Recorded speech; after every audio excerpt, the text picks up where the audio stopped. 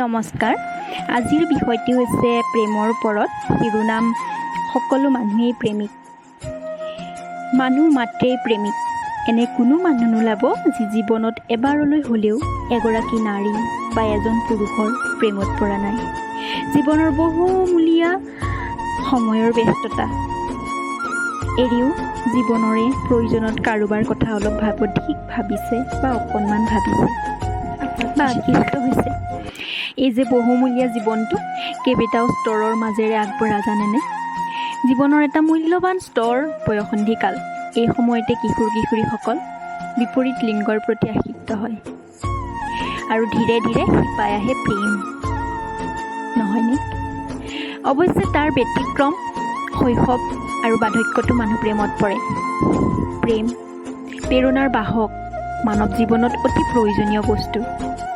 প্ৰেৰণাৰ অভাৱ হ'লে কোনো এটা জীৱন পূৰ্ণ আৰু কোনো এটা জীৱন সাৰ্থক হৈ উঠাৰ সম্ভাৱনা ক্ষীণ হৈ পৰে। প্ৰেম তেনে প্ৰেৰণাৰে বাহক, যি জীৱনক অনেক সম্ভাৱনাময় কৰিব পাৰে। প্ৰেম এক শক্তি, যাৰ শক্তিৰ বিশ্বৰ মহৎ কণ্ঠ, বিশ্বৰ মহৎ সোঁত আৰু কত যে সৃষ্টিশীল কাৰ্যৰ অৱতাৰণা কৰা সম্ভৱ হয়। তথাপি কম্পিউটাৰ স্ক্ৰীণত, মোবাইলৰ হেলো বাৰ্তাত কেতিয়াবা অশুভ চিন্তাধাৰাই গতি পায়। তেতিয়া প্ৰেম হৈ পৰে বিকৃত। মূল্যবৃদ্ধিৰ মহঙা বজাৰত কম দামৰ বস্তু দুষ্প্ৰাপ্য যিদৰে, এতিয়া প্ৰেমো তেনেদৰেই দুষ্প্ৰাপ্য। প্ৰেম এক চিৰন্তন সত্য, স্বৰ্গীয় অনুভূতি। আজিৰ প্ৰতিযোগিতামূলক বিশ্বত খোজ দিবলৈ হ'লে প্ৰেমৰ ৰাগীত উন্মাদ হৈ ফুৰা নাইবা অনুভৱী হৃদয়ৰ নিৰ্জনতা ডুব দিবলৈ জীৱনৰ কৃতকাৰ্য লাভ কৰাটো অসম্ভৱ।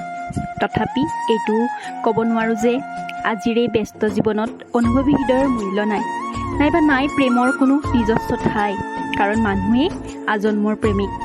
এক সত্য আৰু পবিত্ৰতাৰ সন্ধানতেই মানুহৰ অতি নিঃসন্দেহে সেই সত্য আৰু পবিত্ৰতা প্ৰেমেই ধাৰণ কৰে। প্ৰসূত্তৰ বিপৰীতে সকলো মানুহ আজন্ম প্ৰেমিক হৈ পৰক। সঁচাৰে প্ৰেম কৰক, সঁচা অন্তৰেৰে কৰক, সৎ হৈ প্ৰেম কৰক, যাতে পৃথিৱীখন সকলোৰে বাবে অতি মোহনীয় হৈ পৰে, অতি ধুনীয়া হৈ পৰে, যাতে